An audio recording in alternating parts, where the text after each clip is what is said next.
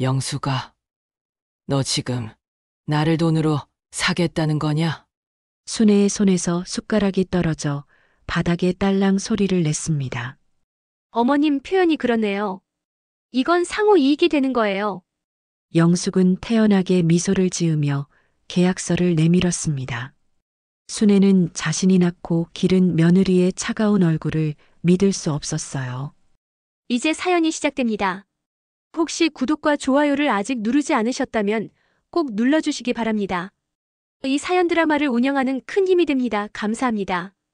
부산 동래구의 오래된 주택가에 자리한 작은 집에서 순애는 새벽부터 분주하게 움직였습니다. 26평 남짓한 집이지만 마당에는 가지런히 가꾼 텃밭이 있었고 그곳에서 자라는 상추와 깻잎, 고추가 순애의 소소한 기쁨이었죠. 남편 철수가 세상을 떠난 지도 벌써 3년이 흘렀습니다. 처음에는 혼자 남겨진 두려움에 밤마다 울었지만 이제는 혼자만의 시간이 나름 편안했어요. 아이고, 이 상추 봐라. 어제 비 맞고 얼마나 싱싱해졌나. 순애는 새벽 공기를 마시며 상추를 따기 시작했습니다. 손가락 마디마디가 관절염으로 뻣뻣했지만 흙을 만지고 있으면 마음이 차분해졌어요. 옆집 영희 아주머니가 담장 너머로 고개를 내밀었습니다. 순애 언니, 벌써 일어났네? 오늘 경로당에서 고스톱 치기로 했잖아. 그럼 까먹을 리 있나? 어제 졌으니까 오늘은 꼭 이겨야지. 두 사람은 웃으며 인사를 나눴습니다. 순애의 하루 일과는 단순했어요. 아침에 텃밭일을 하고 점심을 먹고 나면 경로당으로 향했죠. 그곳에서 동네 아주머니들과 고스톱을 치거나 수다를 떨며 오후를 보내는 것이 일상의 전부였습니다. 경로당으로 가는 길에 순애는 문득 휴대폰을 꺼내 보았습니다. 아들 민수에게서 온 메시지는 언제나 간단했어요. 엄마, 잘 지내시죠? 일 때문에 바빠서 연락 못 드려서 죄송해요. 이런 식의 의례적인 안부 인사가 전부였습니다.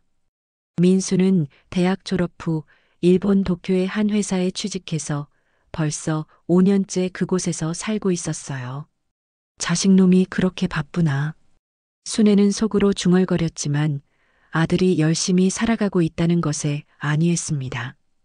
며느리 영숙도 함께 일본에 있어서 명절에나 한 번씩 안부 전화가 올 뿐이었죠. 경로당에 도착하자 벌써 할머니 몇 분이 고스톱패를 펼쳐놓고 있었습니다. 순애는 익숙한 자리에 앉으며 마음이 편해졌어요. 아이고, 순애 언니 왔네. 어제 돈 다 잃었으니까 오늘은 조심해야겠어. 뭘, 오늘은 내가 대박 낼 거야. 할머니들의 수다와 웃음소리가 경로당을 가득 메웠습니다. 순애는 이런 시간이 참 좋았어요. 남편이 살아있을 때는 몰랐던 소중함이었죠. 혼자만의 시간도 나쁘지 않았지만 사람들과 어울리며 웃을 수 있는 이런 순간들이 삶의 활력소였습니다. 오후 5시가 되자 순애는 집으로 돌아왔습니다. 저녁 준비를 하면서 텔레비전을 켜니 뉴스가 나오고 있었어요. 요즘 세상은 참 복잡하다는 생각이 들었습니다. 사기 사건, 보이스피싱, 노인을 대상으로 한 각종 범죄 소식들이 연일 보도되고 있었거든요. 나는 조용히 살면 되겠지. 순애는 혼자 저녁을 먹으며 생각했습니다. 큰 욕심도 없고 건강하게만 살다가 조용히 생을 마감하면 그것으로 좋겠어요. 아들이 가끔 안부나 물어주고 동네 아주머니들과 수다나 떨며 지내면 되는 평범한 노후였죠. 그런데 그날 저녁 현관문을 두드리는 소리가 났습니다. 순애는 고개를 들었어요. 이 시간에 누가 찾아올까요? 문을 열어보니 며느리 영숙이 서 있었습니다.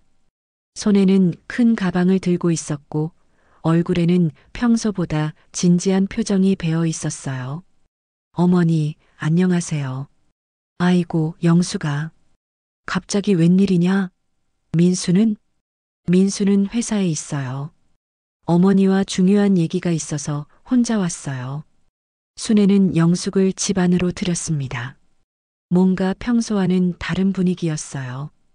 영숙의 말투도 어딘지 모르게 격식을 차리는 듯했고 표정도 굳어 있었습니다.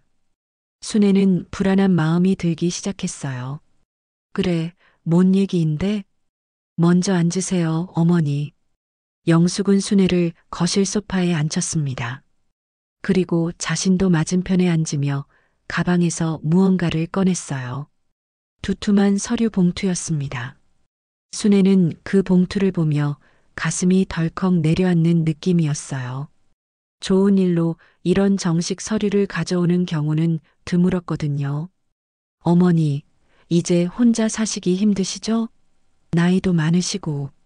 순애는 영숙의 말에 어리둥절했습니다.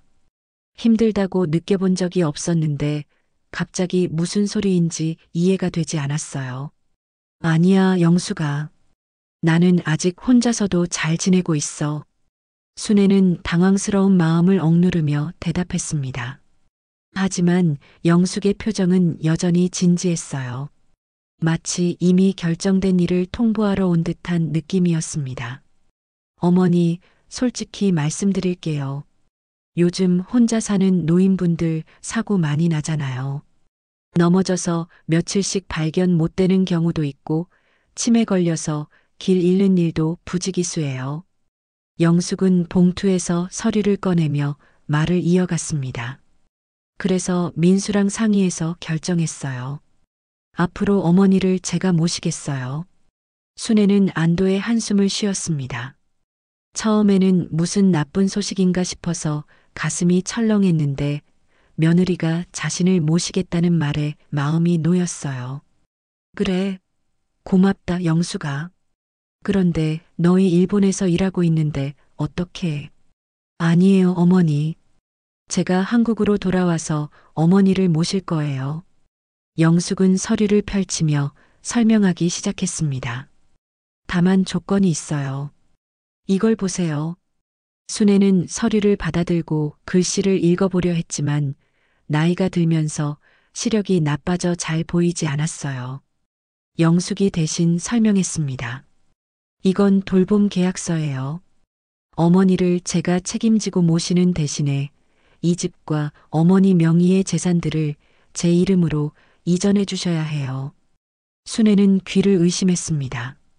뭔가 잘못 들은 것 같았어요. 뭐라고? 어머니, 요즘은 이런 식으로 많이 해요. 명확하게 계약을 해놓으면 서로 편하잖아요. 제가 어머니를 평생 모시는 대신에 재산을 정리하는 거예요. 영숙의 목소리는 차분했지만 순애의 머릿속은 혼란스러웠습니다. 이게 정말 며느리 입에서 나올 수 있는 말인지 믿기지 않았어요. 영숙아, 너 지금 나를 돈으로 사겠다는 거냐? 순애의 목소리가 떨렸습니다. 손에 들고 있던 숟가락이 바닥에 떨어져 딸랑 소리를 냈어요. 어머님, 표현이 그렇네요. 이건 상호 이익이 되는 거예요. 어머니는 안전하게 돌봄을 받으시고 저는 그에 대한 대가를 받는 거죠. 요즘 세상이 다 이래요. 영숙은 태연하게 미소를 지었습니다. 마치 아주 당연한 일을 제안하는 것처럼 말이에요. 그 미소가 순애에게는 소름 끼치게 느껴졌습니다. 집값만 해도 몇 억은 될 텐데요.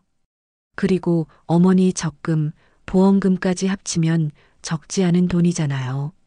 제가 어머니를 평생 모신다고 생각하면 그 정도는. 그만해. 순애는 버럭 소리를 질렀습니다. 평생 이렇게 큰 소리를 내본 적이 거의 없었는데 자신도 모르게 목소리가 나왔어요. 너희가 지금 뭘 하는 건지 아냐? 이게 사람이 할 일이냐? 영숙의 표정이 조금 굳어졌습니다. 어머님, 감정적으로 접근하시면 안 되죠. 이건 현실적인 문제예요. 제가 어머니 모시려면 제 인생을 포기해야 하는데 그에 대한 보상 없이는 힘들어요. 보상? 순애는 어이가 없었습니다. 내가 내 시어머니인데 보상을 줘야 모셔주겠다는 거냐? 옛날이랑 지금은 달라요, 어머님. 요즘 며느리들 다 이렇게 해요. 노인 돌봄이 얼마나 힘든 일인지 아세요? 영숙은 오히려 당당했습니다. 순애는 이런 며느리의 모습을 처음 보았어요. 평소에는 그럭저럭 예의를 지키던 영숙이었는데 오늘은 완전히 다른 사람 같았습니다. 그리고 솔직히 말씀드리면 민수도 동의했어요. 어머니 혼자 두기에는 불안하다고 했거든요. 순애의 가슴이 무너져 내렸습니다. 아들까지 이런 일에 동의했다는 말이 믿기지 않았어요. 민수가 정말 그랬냐? 네, 직접 물어보세요. 영숙은 휴대폰을 꺼내 민수에게 전화를 걸었습니다. 국제전화 신호음이 길게 울린 후 아들의 목소리가 들렸어요. 여보세요, 엄마. 민수야, 너 정말로 이 계약서에 동의한 거냐? 전화 너머로 잠시 침묵이 흘렀습니다. 그리고 아들의 대답이 들려왔어요. 엄마, 영숙이가 어머니를 모시겠다는데 좋잖아요. 저희도 안심이 되고. 그런데 집을 넘기라는 게 말이 되냐? 엄마, 어차피 나중에는 다 제가 물려받을 거 아니에요? 지금이나 나중이나 마찬가지죠.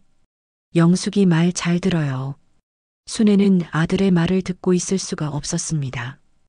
이게 정말 자신이 낳아서 기른 아들인지 의심스러웠어요. 민수야, 내가 그런 말을 할 수가 있냐? 나는 내 어머니인데. 엄마, 감정적으로 생각하지 마세요.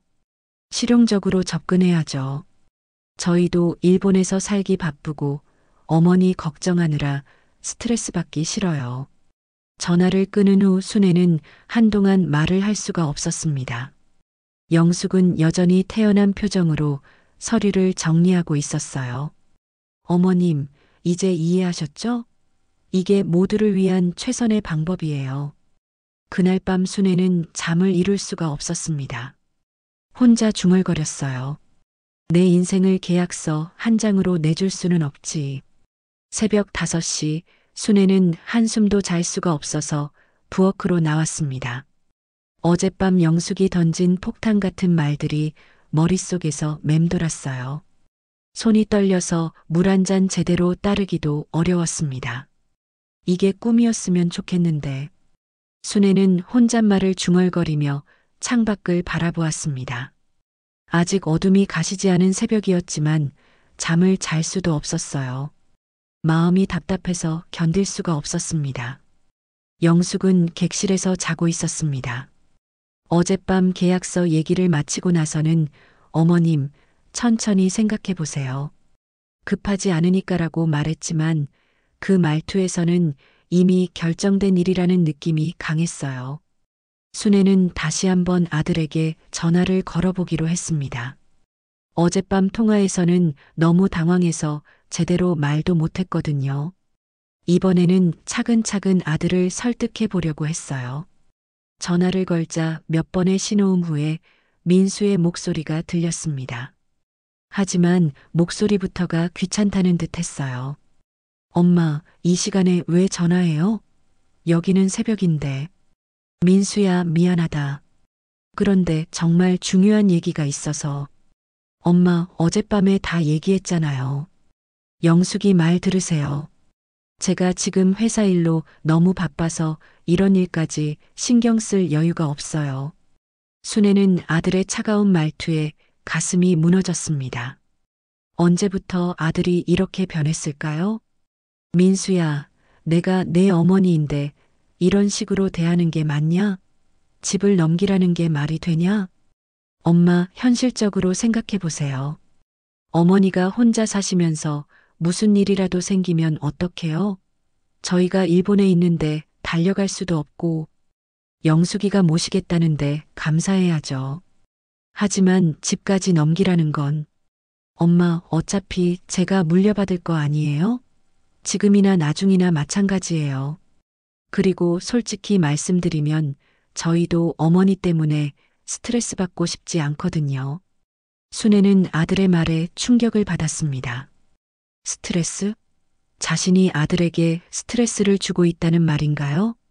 민수야, 내가 언제 너한테 스트레스를 줬냐? 나는 조용히 혼자 살고 있는데. 엄마, 그것도 스트레스예요. 혼자 계시니까 항상 걱정되거든요. 영숙이가 모시면 저희도 마음 편하고 어머니도 안전하고 일석이조 아니에요? 그런데 왜 집을? 엄마, 민수의 목소리가 높아졌습니다. 제가 지금 정말 바빠요. 회사에서 중요한 프로젝트 진행 중이고 실수하면 잘릴 수도 있어요. 어머니 일로 신경 쓸 겨를이 없다고요. 전화가 뚝 끊어졌습니다. 순애는 한동안 휴대폰을 들고 있을 수밖에 없었어요. 다시 걸어봐도 받지 않았습니다. 내가 정말 짐덩어리구나. 순애는 주저앉아 울음을 터뜨렸습니다. 자신이 낳아서 기른 아들이 이렇게 차갑게 대할 줄은 상상도 못했어요. 그동안 아들이 바빠서 연락을 자주 못하는 것을 이해한다고 생각했는데 실제로는 자신을 짐으로 여기고 있었던 거였습니다. 아침이 되자 영숙이 일어났습니다. 세수를 하고 나온 영숙의 표정은 여전히 태연했어요. 어머님, 밤새 잘 주무셨어요? 잠이 오겠냐? 순애는 퉁명스럽게 대답했습니다. 아, 그러시구나. 아무래도 갑작스러운 얘기라서 당황스러우실 테니까요. 영숙은 마치 자신이 아주 이해심 많은 며느리인 것처럼 말했어요. 그런 태도가 순애를 더욱 화나게 했습니다. 영숙아, 너 정말 양심이 있는 거냐? 시어머니한테 이런 식으로 하는 게 맞는 줄 아냐? 어머님, 저도 이런 말씀드리기 싫어요. 하지만 현실이 이래요. 제가 어머니를 모시려면 제 인생을 포기해야 하는데 그에 대한 보장이 있어야 하잖아요. 영숙은 냉장고에서 우유를 꺼내 마시며 덧붙였습니다. 그리고 솔직히 말씀드리면 요즘 시대에 며느리가 시어머니 모시는 게 당연한 일도 아니에요. 순애는 이런 며느리의 모습에 경악했습니다. 평소에 보여주던 예의 바른 모습은 모두 가면이었던 거였어요. 너 지금까지 나한테 거짓말한 거냐? 거짓말이라니요. 저는 항상 솔직했어요. 다만 어머님께서 현실을 받아들이지 못하셨을 뿐이죠. 그날 오후 순애는 경로당에 가지도 못했습니다. 영숙이 계속 옆에서 계약서 얘기를 하며 압박을 가했거든요.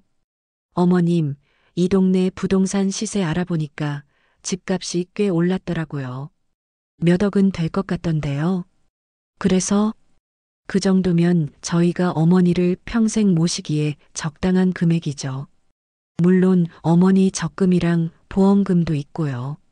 영숙은 마치 장사하는 사람처럼 계산기를 두드리며 말했어요. 순애는 이 모든 상황이 악몽 같았습니다. 저녁이 되자 동네 아주머니 영희가 찾아왔습니다. 경로당에 순애가 나오지 않아서 걱정이 되어서 온 거였어요. 순애 언니, 어디 아파? 오늘 안 보이더라. 아니야, 괜찮아. 순애는 영희에게 말할 수가 없었어요. 이런 창피한 일을 어떻게 남에게 얘기하겠습니까? 영숙이 나서서 인사했습니다. 안녕하세요, 이모. 저 영숙이에요. 어머니 며느리요. 아, 며느리구나. 오랜만이네. 일본에서 온 거야? 네, 이제 어머니 모시러 한국에 왔어요. 영희 아주머니는 반가워했습니다. 어머, 그래. 효부네, 정말. 요즘 이런 며느리 보기 힘든데. 순애는 영희의 말을 들으며 더욱 절망했습니다. 겉으로 보기에는 영숙이 효부 같아 보일 테니까요. 그날 밤 순애는 다시 한번 깨달았습니다. 이제 자신에게 의지할 곳은 아무도 없다는 것을. 아들은 이미 자신을 버렸고 며느리는 자신을 돈으로 보고 있었어요. 내가 정말 어떻게 해야 하지? 영숙이 집에 온 지 일주일이 지나자 순애의 일상은 완전히 달라졌습니다. 처음에는 며느리가 자신을 돌봐준다며 좋은 척했지만 실상은 감시와 통제였어요. 어머님, 오늘부터 제가 어머님 건강관리를 제대로 하려고요. 영숙은 아침 일찍 일어나서 순애에게 말했습니다. 그리고는 가방에서 작은 상자 하나를 꺼냈어요. 이게 뭐냐? 혈압약이에요. 어머님 나이에는 혈압 관리가 중요하거든요. 순애는 어리둥절했습니다. 나는 혈압이 정상인데 지난달에 동네 병원에서 검사 받았을 때도 괜찮다고 했어. 어머님 예방이 중요해요. 그리고 이건 의사가 처방해 준 거니까 드셔야 해요. 영숙은 순애의 말을 듣지 않고 약을 내밀었습니다. 순애는 억지로 약을 먹을 수밖에 없었어요. 이상하게도 약을 먹고 나면 어지럽고 머리가 멍했습니다. 더욱 충격적인 일은 그 다음에 벌어졌어요. 영숙이 집 안 곳곳에 작은 카메라를 설치하기 시작한 거였습니다. 영숙아, 이게 뭐 하는 거냐? CCTV예요, 어머님. 요즘 혼자 계시는 노인분들 사고 많이 나잖아요. 넘어지시거나 쓰러지시면 바로 알 수 있게요. 영숙은 능숙하게 카메라를 설치하며 설명했습니다. 그리고 어머님, 요즘 치매 노인 실종 사고도 많아요. 길을 잃고 헤매시면 큰일이니까 외출은 저와 함께 하셔야 해요. 순애는 이해할 수가 없었습니다. 나는 치매가 아닌데? 이 동네에서 30년을 살았는데 길을 잃을 리가 없어. 어머님, 치매는 본인은 모르거든요. 예방 차원에서 조심하는 거예요. 이날부터 순애의 외출이 제한되기 시작했습니다. 경로당에 가려고 하면 영숙이 말렸어요. 어머님, 오늘은 날씨가 좀 춥네요. 집에서 쉬세요. 춥긴 뭐가 추워. 나는 괜찮으니까 경로당에 가서 친구들이나 만나겠어. 안 됩니다. 어머님 건강이 우선이에요. 감기라도 걸리시면 큰일이에요. 영숙은 단호했습니다. 순애가 억지로 나가려고 하자 영숙이 문을 막아섰어요. 어머님, 제가 어머님을 모시기로 했으니까 제 말씀을 들으셔야 해요. 며칠 후 동네 사람들 사이에서 소문이 돌기 시작했습니다. 영희 아주머니가 다른 경로당 할머니들에게 얘기하고 다녔어요. 순애 언니 며느리가 정말 효부야. 시어머니 건강 챙긴다고 외출도 못하게 하더라. 요즘 그런 며느리 보기 힘든데 부럽겠어? 그러게. 우리는 며느리가 오라고 해도 안 오는데 말이야. 할머니들의 부러운 시선과 칭찬이 이어졌습니다. 하지만 순애는 답답했어요. 자신의 진짜 처지를 아무도 이해해주지 않았거든요. 어느 날 오후 순애는 몰래 나가려고 했습니다. 영숙이 장을 보러 나간 사이에 슬그머니 집을 나서려 했어요. 그런데 현관문이 열리지 않았습니다. 이게 왜? 문을 자세히 살펴보니 디지털 도어락이 새로 설치되어 있었어요. 언제 바꾼 건지 몰랐는데 비밀번호를 모르니까 열 수가 없었습니다. 잠시 후 영숙이 돌아왔습니다. 어머님, 어디 가시려고 했어요? 나는 내 집에서 나갈 수도 없냐? 어머님, 안전을 위해서예요. 비밀번호는 제가 알고 있으니까 어디 가시려면 말씀하세요. 순애는 분노가 치밀었습니다. 이게 무슨 감옥이냐? 내가 죄인이냐? 어머님, 그런 말씀 마세요. 이 모든 게 어머님을 위한 거예요. 그날 저녁 더욱 충격적인 일이 벌어졌습니다. 영숙이 동네 부녀의 사람들을 집으로 초대한 거였어요. 안녕하세요, 이웃분들. 저 순애 어머님 며느리 영숙이에요. 부녀의 아주머니들이 몇 명 왔는데 영숙은 그들 앞에서 순애를 공개적으로 망신 주기 시작했습니다. 사실 어머님이 요즘 정신이 조금 오락가락하세요. 어제도 가스 불 켜놓고 깜빠먹으셨거든요. 순애는 깜짝 놀랐습니다. 그런 적 없는데? 내가 언제? 어머님, 기억 안 나세요? 제가 발견 안 했으면 큰일 날 뻔했어요. 영숙은 거짓말을 태연하게 했습니다. 아주머니들이 고개를 끄덕이며 동정하는 표정을 지었어요.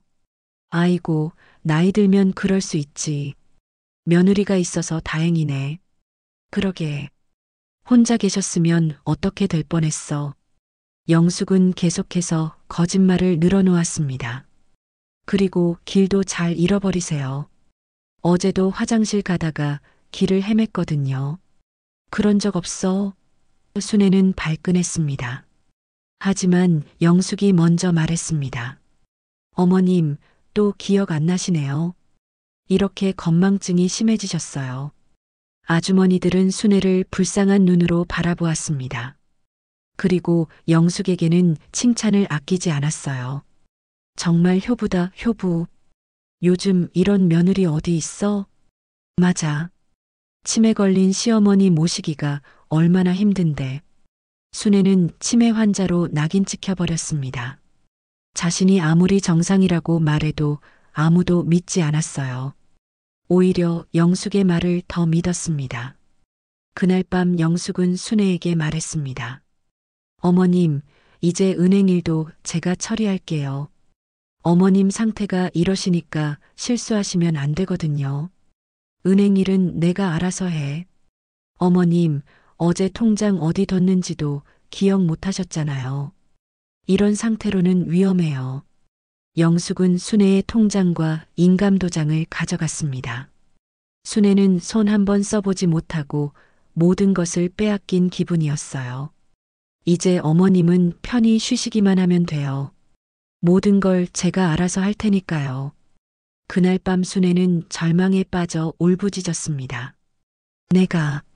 내가 정말 미쳤단 말이냐? 집은 감옥이 되었고 자신은 치매 환자로 낙인 찍혔으며 재산까지 며느리 손에 넘어갔습니다. 그런데도 주변 사람들은 영숙을 효부라고 칭찬했어요. 순애가 집에 갇힌 지 한 달이 지났습니다. 영숙이 주는 이상한 약을 계속 먹다 보니 정말로 기억력이 흐릿해지고 몸이 무거워졌어요.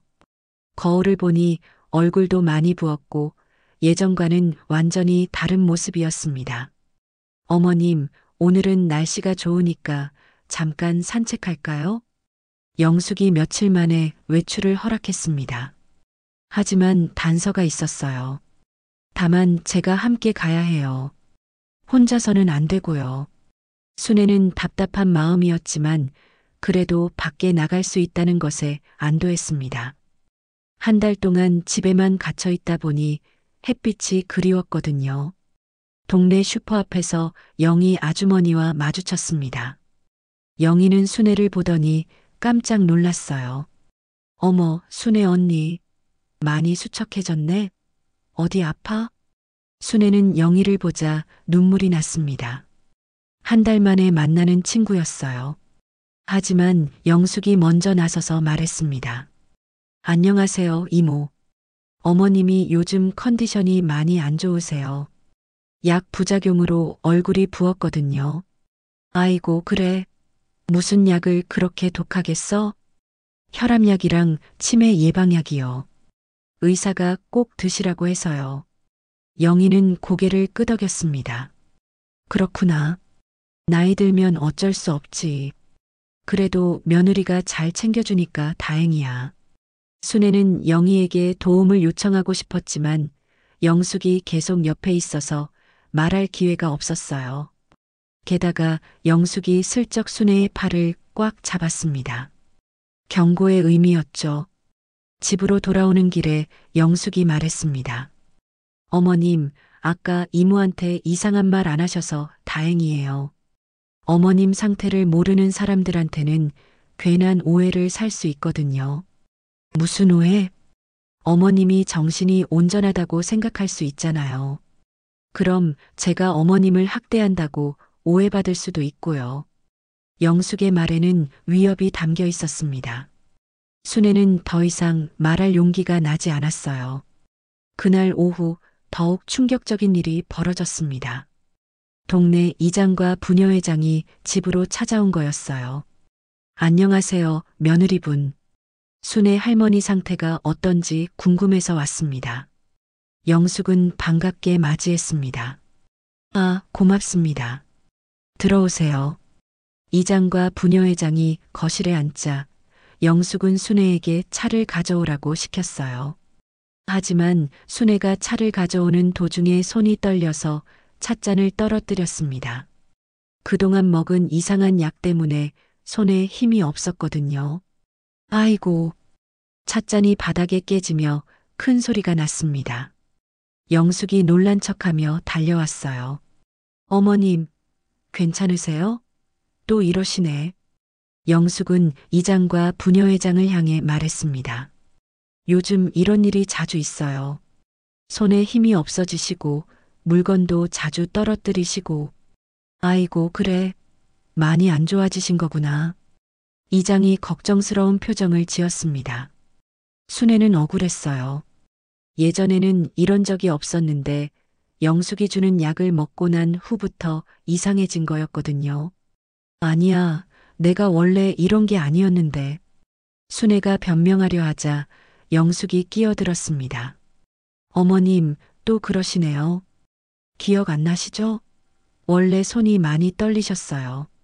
부녀회장이 순애를 불쌍한 눈으로 바라보며 말했습니다.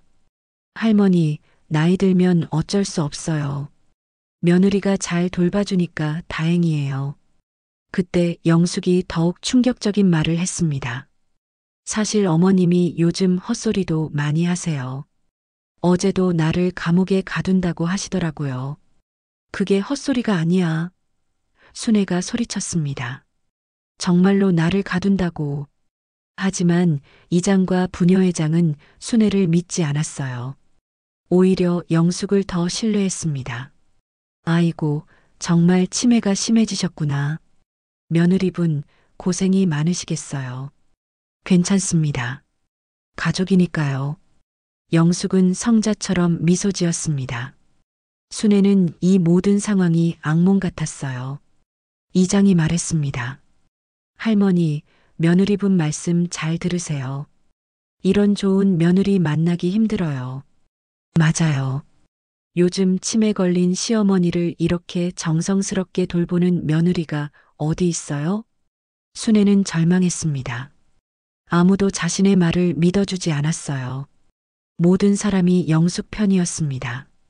이장과 부녀회장이 돌아간 후 영숙의 본 모습이 드러났습니다. 어머님, 아까 괜한 소리 하지 마세요. 사람들이 오해할 수 있잖아요. 오해가 아니라 사실이잖아. 어머님, 누가 믿겠어요? 모든 사람이 어머님을 치매 환자로 보고 있는데. 영숙은 냉소적으로 웃었습니다. 그리고 말씀드리지만 어머님 은행 계좌도 이제 제 관리하에 있어요. 어머님 상태로는 혼자서 금융 거래하기 위험하다고 은행에서 인정받았거든요. 순애는 귀를 의심했습니다. 뭐라고? 의사소견서도 받아뒀어요. 어머님이 치매 초기 증상이 있다고. 그런 소견서를 언제 받았냐? 지난주에 병원 갔을 때요. 어머님은 기억 안 나시겠지만 순애는 그때를 떠올려 봤습니다. 영숙이 건강검진을 받으러 가자고 해서 따라갔는데 그때 의사와 무슨 얘기를 했는지 기억이 나지 않았어요. 그 이상한 약 때문에 기억이 흐릿했거든요. 그 의사가 누구와 한패냐? 어머님, 또 헛소리 하시네요. 의사가 정확히 진단한 거예요. 영숙은 서류 한 장을 보여줬습니다. 정말로 의사 소견서가 있었어요. 경도인지장애 의심이라고 적혀 있었습니다. 이제 어머님 재산은 모두 제가 관리해야 해요. 법적으로도 문제 없어요. 순애는 모든 것이 무너져 내리는 걸 느꼈습니다. 집, 통장, 심지어 자신의 정신까지도 의심받고 있었어요. 그날 밤 순애는 무력감에 빠져 중얼거렸습니다. 내가 정말로 미친 건가? 모든 게 내 착각인 건가? 영숙의 계획이 완벽하게 성공하고 있었습니다. 순애를 무력화시키고 주변 사람들의 신뢰를 얻고 재산까지 차지한 상황이었거든요.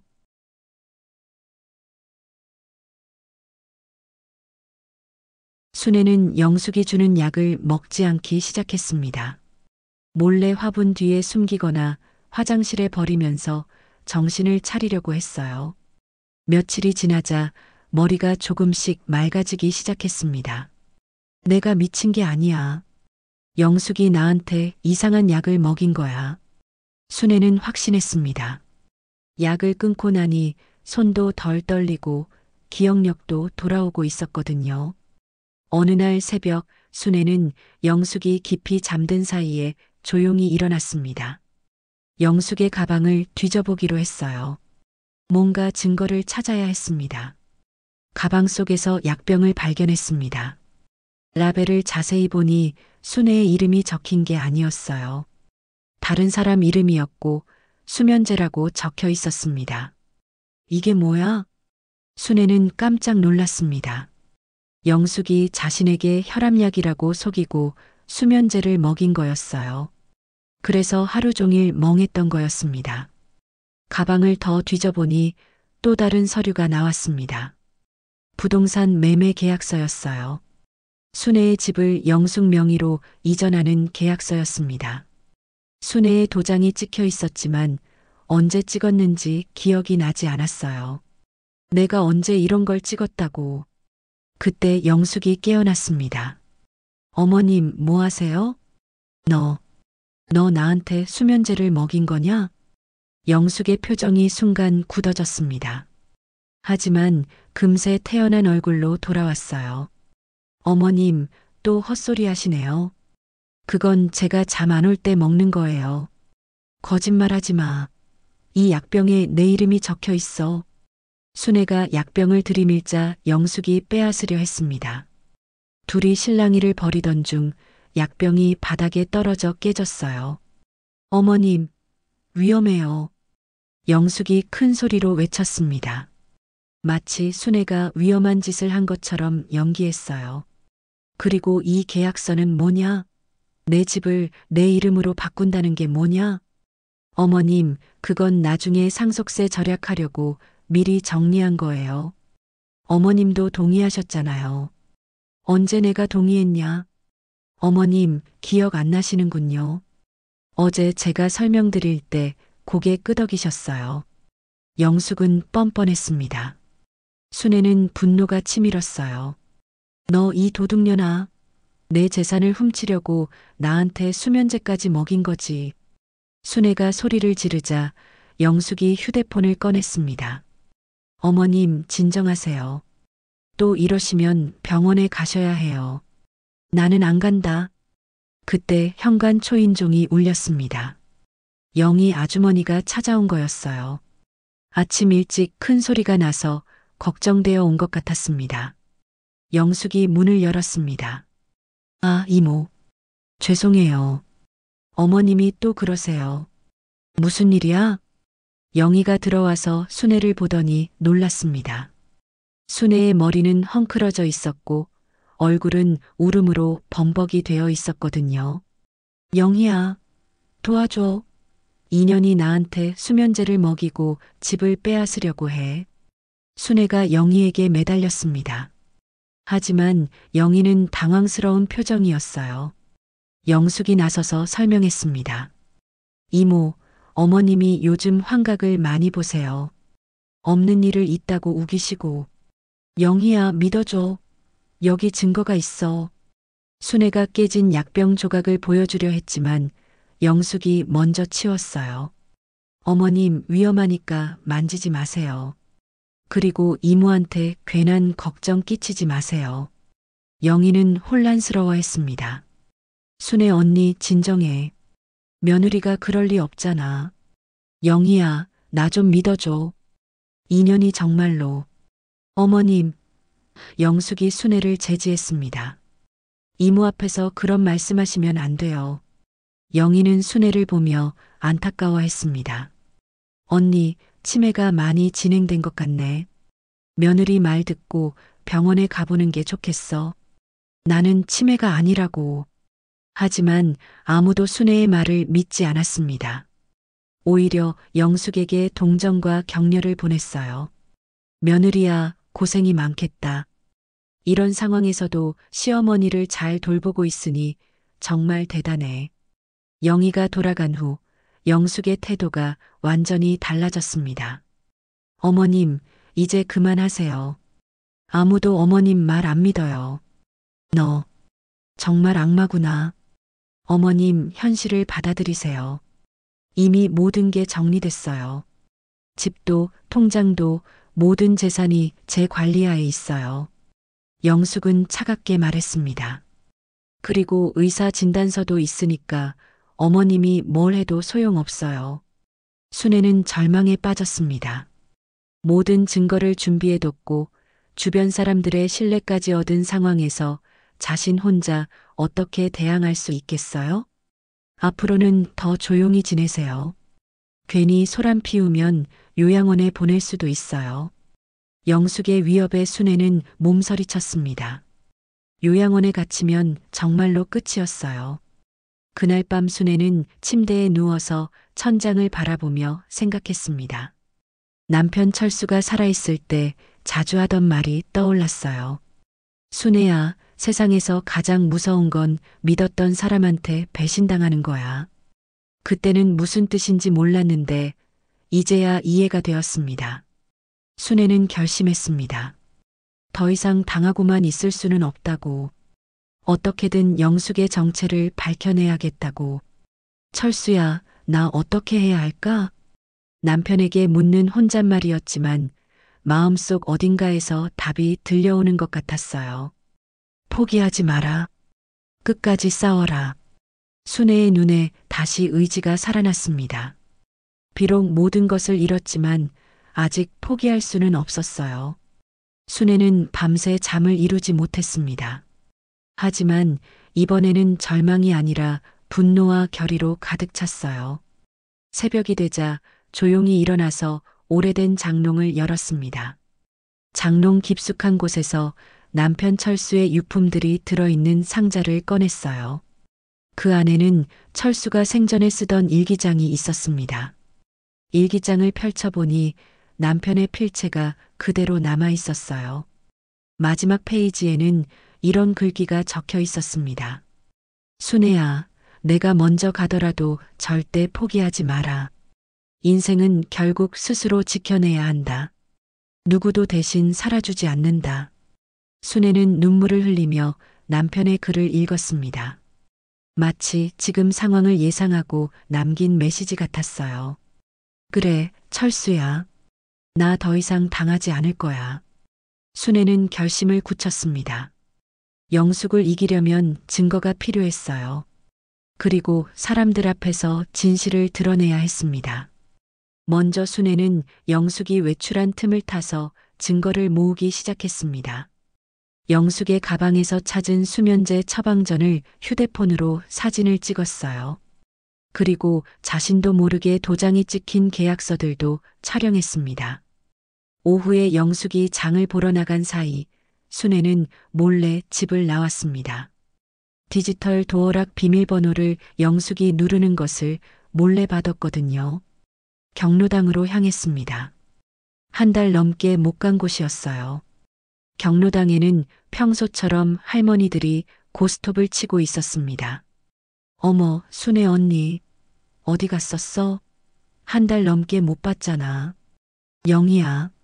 순애는 영희 아주머니를 보자 눈물이 났습니다. 그동안 얼마나 외로웠던지 모르겠어요. 언니, 얼굴이 왜 이래? 많이 힘들어 보이는데? 다른 할머니들도 순애를 걱정스럽게 바라봤습니다. 순애는 용기를 내어 진실을 털어놓기로 했어요. 영희야, 사실은. 순애는 지금까지 겪은 일들을 차근차근 설명했습니다. 영숙이 돌봄 계약서를 들고 온 것부터 시작해서 수면제를 먹인 것, 집을 빼앗으려 한 것까지 모든 걸 얘기했어요. 할머니들은 충격을 받았습니다. 정말 그런 일이 있었어? 나도 처음에는 믿기지 않았는데. 여기 증거가 있어. 순애는 휴대폰에 찍어둔 사진들을 보여줬습니다. 수면제 처방전과 계약서 사진이었어요. 어머나, 이게 정말이네. 아이고, 이런 며느리가 다 있나? 할머니들은 분노했습니다. 그제야 순애의 말을 믿기 시작했어요. 언니, 이걸 왜 진작 말하지 않았어? 누가 믿어주겠어? 모든 사람이 영숙이를 효부라고 생각했잖아. 영희 아주머니가 순애의 손을 꽉 잡았습니다. 언니, 이제 우리가 도와줄 테니까 걱정하지 마. 그때 경로당 관리인이 다가왔습니다. 할머니들, 무슨 일이에요? 할머니들은 관리인에게도 상황을 설명했어요. 관리인은 심각한 표정을 지었습니다. 이건 명백한 노인 학대네요. 신고해야겠어요. 아니야, 신고하면 영숙이가 더 나쁜 짓을 할지도 몰라. 다른 방법을 찾아보자. 순애는 신고보다는 공개적으로 영숙의 정체를 드러내고 싶었어요. 영희 아주머니가 제안했습니다. 다음 주에 동네 회관에서 주민 모임이 있어. 거기서 모든 걸 공개하는 게 어때? 그래, 좋은 생각이야. 동네 사람들이 모두 모인 자리에서 진실을 말하자. 할머니들은 순애를 응원했습니다. 한 달 넘게 혼자 견뎌온 순애에게는 큰 힘이 되었어요. 순애가 집에 돌아왔을 때 영숙이 기다리고 있었습니다. 표정이 좋지 않았어요. 어머님, 어디 다녀오셨어요? 경로당에 다녀왔어. 어머님, 혼자 외출하면 안 된다고 했잖아요. 영숙의 목소리에 짜증이 섞여 있었습니다. 하지만 순애는 더 이상 주눅들지 않았어요. 내가 내 마음대로 다닐 수 없냐? 어머님 상태로는 위험해요. 길 잃으시면 어떡해요? 나는 치매가 아니야. 그리고 내가 나한테 먹인 수면제 때문에 그런 거였어. 영숙의 표정이 굳어졌습니다. 어머님, 또 그런 소리 하시네요. 이제 그만해, 영숙아. 나도 다 알고 있어. 순애는 당당했습니다. 영숙이 아무리 부정해도 이제 증거가 있었거든요. 그리고 다음 주 주민 모임에 같이 가자. 동네 사람들 앞에서 얘기할 게 있어. 영숙의 얼굴이 창백해졌습니다. 무슨 얘기요? 그때 가서 알게 될 거야. 순애는 처음으로 영숙보다 우위에 서는 느낌이었어요. 영숙은 불안해하며 순애의 눈치를 봤습니다. 그날 밤 영숙은 민수에게 전화를 걸었습니다. 순애는 문틈으로 영숙의 대화를 들었어요. 민수야, 어머님이 이상해졌어. 갑자기 성격이 변하고 공격적이 돼서. 하지만 이번에는 순애가 준비가 되어 있었습니다. 영숙의 전화통화도 녹음해뒀거든요. 일주일 후 주민 모임 날이 다가왔습니다. 순애는 그동안 모은 모든 증거를 정리했어요. 사진, 녹음 파일, 그리고 경로당 할머니들의 증언까지. 철수야, 이제 진실을 밝힐 때가 왔어. 순애는 남편의 사진을 보며 중얼거렸습니다. 드디어 영숙과의 최후 대결이 시작되려 하고 있었어요. 주민 모임 당일 동네 회관에는 평소보다 많은 사람들이 모였습니다. 순애의 일을 들은 경로당 할머니들이 다른 주민들에게도 알려서 관심이 높아진 거였어요. 영숙은 평소처럼 단정한 옷차림으로 순애 옆에 앉아 있었습니다. 겉으로는 태연해 보였지만 손가락을 계속 만지작거리는 것을 보니 불안한 것 같았어요. 어머님, 괜찮으세요? 사람이 많아서 놀라실 수도 있는데. 영숙이 여전히 효부 연기를 하고 있었습니다. 하지만 순애는 더 이상 속지 않았어요. 이장이 일어나서 회의를 시작했습니다. 오늘은 여러 가지 안건이 있지만 먼저 순애 할머니께서 하실 말씀이 있다고 하니 들어보겠습니다. 순애는 떨리는 마음으로 일어섰습니다. 회관 안의 모든 시선이 자신에게 집중되었어요. 한때는 치매 환자로 여겨졌던 자신이 이제 진실을 말할 차례였습니다. 여러분, 저 순애입니다. 순애의 목소리는 처음에는 떨렸지만 점점 또렷해졌어요. 지난 2달 동안 제가 겪은 일을 말씀드리려고 합니다. 여러분이 알고 계시는 것과는 전혀 다른 진실을 말이에요. 영숙의 표정이 굳어지기 시작했습니다. 이 사람이 저한테 가져온 건 돌봄이 아니라 돌봄 계약서였습니다. 순애는 가방에서 계약서를 꺼내 모든 사람들에게 보여주었어요. 제 집과 재산을 모두 넘기면 저를 돌봐주겠다는 계약서였습니다. 저를 돈으로 사겠다는 거였어요. 주민들이 술렁이기 시작했습니다. 정말요? 그런 일이? 영숙이 일어나서 변명했습니다. 어머님, 또 그러시네요. 어머님, 치매가 심해서 없는 일을 기억하시는 거예요. 하지만 순애는 준비된 증거를 차례로 공개했습니다. 여기 이 약을 보세요. 순애는 휴대폰으로 찍은 수면제 처방 전 사진을 모든 사람에게 보여줬어요. 이 사람이 저한테 혈압약이라고 속이고 수면제를 먹인 거예요. 그래서 제가 하루 종일 멍하고 기억력이 흐려졌던 겁니다. 주민들은 충격을 받았습니다. 영숙의 얼굴이 점점 창백해졌어요. 그리고 이 사람은 제가 의식이 흐린 상태에서 제 도장을 훔쳐서 집 명의를 바꾸려고 했습니다. 순애는 부동산 계약서도 보여줬어요. 주민들의 웅성거림이 더욱 커졌습니다. 거짓말이에요. 영숙이 소리쳤습니다. 어머님이 치매 때문에 헛소리 하시는 거예요. 그때 영희 아주머니가 일어났습니다. 영숙 씨, 이제 그만하세요. 우리가 다 봤어요. 경로당 할머니들이 하나둘씩 일어나서 증언하기 시작했습니다. 순애 언니가 한 달 넘게 경로당에 나오지 못했어요. 이 사람이 외출을 못하게 막았거든요. 그리고 순애 언니는 치매가 아니에요. 약을 끊고 나서 완전히 정상으로 돌아왔어요. 주민들의 시선이 영숙에게 향했습니다. 더 이상 효부라는 가면을 쓰고 있을 수 없었어요. 순애는 결정적인 증거를 공개했습니다. 그리고 이 사람이 제 아들과 통화하는 내용을 녹음한 게 있습니다. 순애가 휴대폰에서 녹음 파일을 재생했어요. 영숙의 목소리가 회관 안에 울려 퍼졌습니다. 민수야, 어머님 재산이 생각보다 많더라. 집값만 해도 몇 억이고 적금도 상당해. 빨리 정리해야겠어. 어머님이 눈치채기 전에. 녹음이 끝나자 회관 안이 조용해졌습니다. 모든 사람이 영숙을 차갑게 바라보고 있었어요. 영숙은 더 이상 변명할 수 없었습니다. 저는 이 며느리가 나를 재산 때문에 가둔 거예요.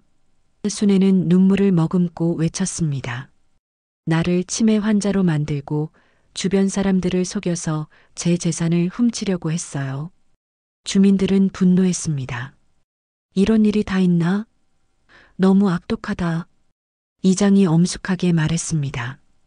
이건 명백한 노인 학대이자 사기 행위입니다. 즉시 신고하겠습니다. 영숙은 더 이상 버틸 수 없었어요. 죄송합니다. 제가 잘못했어요. 그제야 영숙이 무릎을 꿇고 사과했습니다. 하지만 너무 늦었어요. 며칠 후 영숙은 사기와 노인 학대 혐의로 법적 처벌을 받게 되었습니다. 그리고 아들 민수가 급히 한국으로 돌아왔어요. 엄마, 정말 죄송해요. 제가 너무 늦었어요. 민수는 순애 앞에서 눈물을 흘리며 사과했습니다. 순애는 아들을 보며 쓸쓸히 미소 지었어요. 이제야 알겠니? 가족은 계약서로 묶는 게 아니란다. 마음으로 지켜야지. 엄마, 앞으로는 제가 정말 잘할게요. 엄마를 제대로 모실게요. 하지만 순애는 고개를 저었습니다. 아니다, 민수야. 나는 이제 내 힘으로 살 거야. 순애는 결심했어요. 더 이상 누구에게 의존하지 않기로. 몇 달 후 순애는 지역 노인복지관에서 자원봉사를 시작했습니다. 자신과 같은 일을 겪을 뻔한 어르신들을 돕는 일이었어요. 할머니, 조심하세요. 요즘 이런 사기가 많아요. 순애는 후배 어르신들에게 자신의 경험을 나누며 조언했습니다. 텃밭에서 상추를 따며 하루를 시작하고 복지관에서 봉사하며 오후를 보내는 새로운 일상이었어요. 비록 배신과 아픔을 겪었지만 순애는 다시 자신의 삶을 되찾았습니다. 철수야, 나 이제 정말로 내 삶의 주인이 됐어. 순애는 남편의 사진을 보며 중얼거렸습니다. 누구도 자신을 함부로 대할 수 없다는 자신감이 생겼어요. 저녁 노을이 아름다운 어느 날, 순애는 마당에 앉아 차를 마시며 생각했습니다. 인생의 마지막까지 스스로 지켜내겠다는 다짐을 하면서 말이에요. 순애의 새로운 인생이 시작된 거였습니다.